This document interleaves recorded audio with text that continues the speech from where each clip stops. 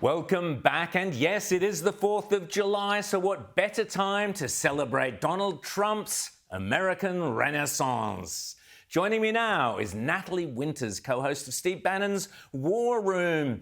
Natalie, great to see you as always, and a big day. Congratulations, America's birthday, America's Independence Day.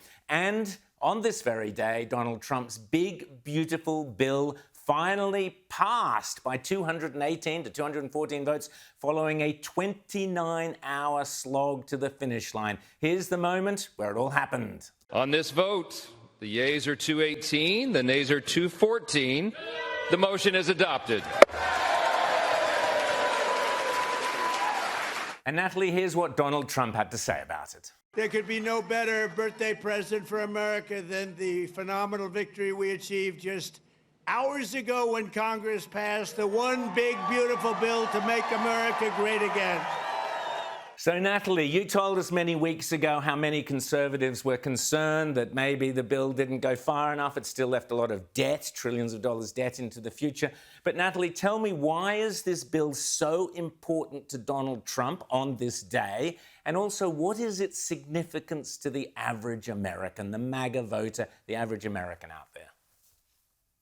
Sure. Well, first and foremost, I think it's a testament to the strength, not just of President Trump, but of his agenda that they were able to get this passed. Like we've sort of discussed, it's certainly a mixed bag. I think if you look at the historic tax cuts, really the overall pro-growth mentality, that's something that you saw Secretary of the Treasury Scott Bessent really hammering. That's sort of our only way out of our, what is it, $37 trillion in debt. Of course, the no tax on tips, no tax on overtimes, new tax cuts for seniors, trying to eliminate some of that waste, fraud, and abuse, and a lot of maybe these superfluous spending programs like Medicaid, Medicare, but trying to do it in a way that still protects people who helped get President Trump elected. Obviously, I think ICE is now, the 14th best well-funded military force that we have in the world. The billions of dollars that they're getting is certainly going to help President Trump carry out his mass deportation agenda. Hakeem Jeffries said as much while speaking on the floor today.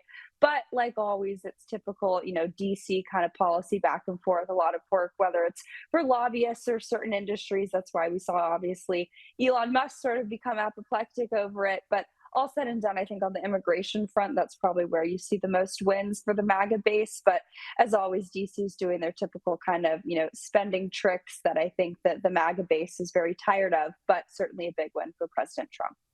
Absolutely. And ICE, of course, is the immigration patrol force.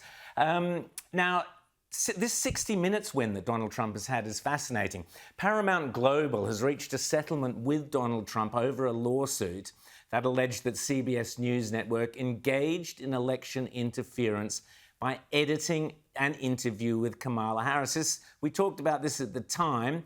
There was this kind of answer, this weird kind of re-editing of Kamala Harris's answer to a question which made her look better. Donald Trump has won this lawsuit. I just want to ask you about that, but first I'll just play you the difference between what the interviewer actually got, the answer he got from Kamala Harris, and then the edited version that we then saw. So have a listen.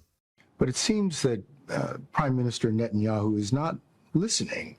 Well, Bill, the work that we have done has resulted in a number of movements in that region by Israel that were very much prompted by or a result of many things, including our advocacy for what needs to happen in the region. But it seems that Prime Minister Netanyahu is not listening. We're not going to stop pursuing what is necessary for the United States to be clear about where we stand on the need for this war to end. Now, Natalie, the legacy media is one of your pet hates, and you've done a brilliant job exposing the fraudulent practices of the legacy, so-called legacy mainstream media. That is a textbook example. Kamala Harris comes across looking quite smart and with a clever answer, but it was all fake. It was all edited. What is the significance of this? Obviously, it's a big win for Donald Trump, but are the legacy media, the mainstream media, learning any lessons from this? Well, you can see they make my job very easy if you can even translate what she was saying.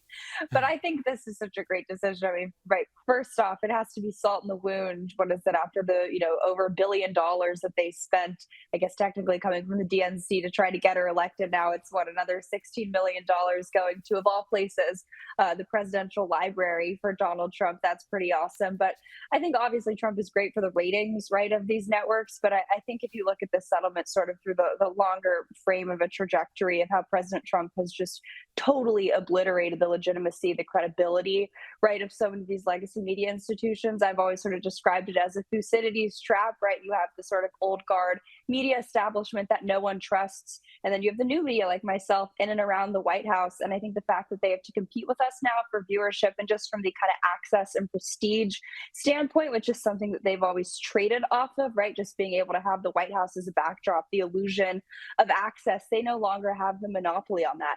So I think that sort of compounding with the idea of all of these, right? There's so many of these settlements happening with so many of these networks.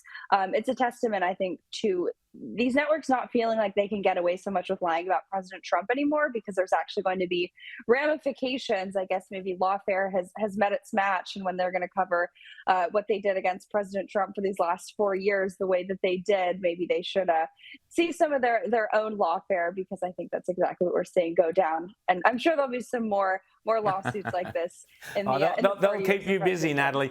They'll keep you busy. Don't you worry about that. Indeed. They haven't given up the ghost yet. But listen, I want to show you another before and after type of thing. And this was the border under Biden and the border under Trump. Trump's border crackdown has been a massive success, we know. So let's have a look at the difference between the two.